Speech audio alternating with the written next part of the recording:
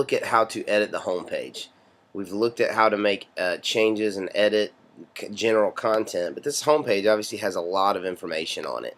And you're going to be spending a bulk of your time making changes here on this home page. You're probably not going to be changing ministry content much, but you will be changing slides on the home page, or buttons, or links or things like that. So let's look at this. In your control panel, you have the middle tab here says Edit Home Page. That's just a shortcut. You could find it through the Edit tab. We just created a shortcut to make it easier because you will be spending a lot of time in here. And you're going to see a form, and this form looks different than the other forms because there's going to be a lot more content involved. So let's just work our way down the page here and look at some of the things that you're working with. Up top, you got your logo and your nav bar and a Give Online button. You do not have control over those. Those are images that we've not given you control over because you should never need to change those. The drop down links will auto create once entries are made, so you should never really have to change those, and if you do, that's one of the reasons you're paying us. We'll make those changes for you. So if we look down here, underneath we've got a slideshow, a rotating slideshow. Under the slideshow we've got 3 buttons that can be changed at any time. Under the 3 buttons we've got upcoming events, and this is going to be pulled automatically from your events calendar. So you don't actually go into your home page and change one event or change 2 events or whatever. This is just going to get pulled. The 2 closest upcoming events will always be pulled and displayed right here in this section. Next to that you have helpful links, which you can have control over these. Just links for visitors or really whatever you're in the mood for there. Beside that you have contact information, and then beside that you have got a map, a Google map. Okay, so if we go look at our form for the home page, it's laid out the same way in the same order as what we just looked at. So if you start with the slideshow and then the 3 buttons, if you look at this form, you're going to start with the slideshow, and then you're going to move down into your 3 gray box buttons. Okay, so let's just start with the slideshow and see how this works. Right now there are just 2 slides in this slideshow that slide left to right, and you see those 2 images here. I can add another one. If I want to continue to add slides, I can click on this Add Row button, and it gives me an option to choose a file from my hard drive, which we've looked at before. So you can do that. Also, it gives me a little arrow here to drag and drop and change the order.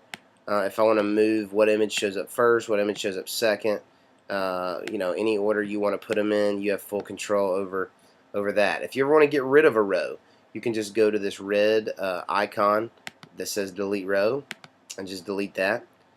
And so you can also see here that you've got your image thumbnail, and then you've got a URL link, an open form text box for you to put in a link. If you have a sermon series, you want to link to a certain page, or for the sake of right now, we'll just put in Yahoo so you can see what it does. And by clicking update, if I go over here to my home page and I refresh, if I click on this image, it's going to take me to Yahoo because I just typed that in. Hopefully that makes sense. So if I ever want to add an image, I can just add row, drag and drop the order, delete them if I want to. I can always use this trash can if I just want to change the image out. If I've made a better image, want to keep the link, I can always use that trash can, and it gives me some options there. So that's how you add slides and change slides on your slideshow. So then moving down the page here, we're going to get to the 3 gray boxes. Right now we have those set up as Help Us Launch, Life Groups, and Serve. There's some generic text underneath that you'll be able to change. So if we look here, we're going to see 3 areas: gray box 1, gray box 2, and gray box 3. Okay, well, you'll see here the big title, box title, Help Us Launch. That's getting pulled right here. That's separate, Help Us Launch. Then here you see the little sentence, generic text right here. Those are not long sentences, so make sure you keep that short. And then you have a URL link title, which is where the whole box is going to link to. Okay, so if I look over here, I have a Help Us Launch page under my Connect. I've already created it. So I can copy and paste this address, and I can paste it in this URL link. And if I hit submit, and I go back here and I refresh my page, oh, excuse me, let's go back to the home page. If I click this Help Us Launch, it's going to take me to the Help Us Launch page because I added it in the URL link box. Alright, so hopefully that makes sense. You can do the same for life groups or serving or whatever pages you create. You can link those up. Alright, pretty self-explanatory there on the gray boxes. So if you keep moving down, you're going to see upcoming events, which we've already said you don't need to change those. So you won't see that in the form because that's going to get pulled from the events page. We do see helpful links. So underneath the gray boxes, we see a helpful link option, and we see two areas. We see a link title and we see a URL link. Link title is just what's going to be displayed on the website. So we see what we believe first. That's right here.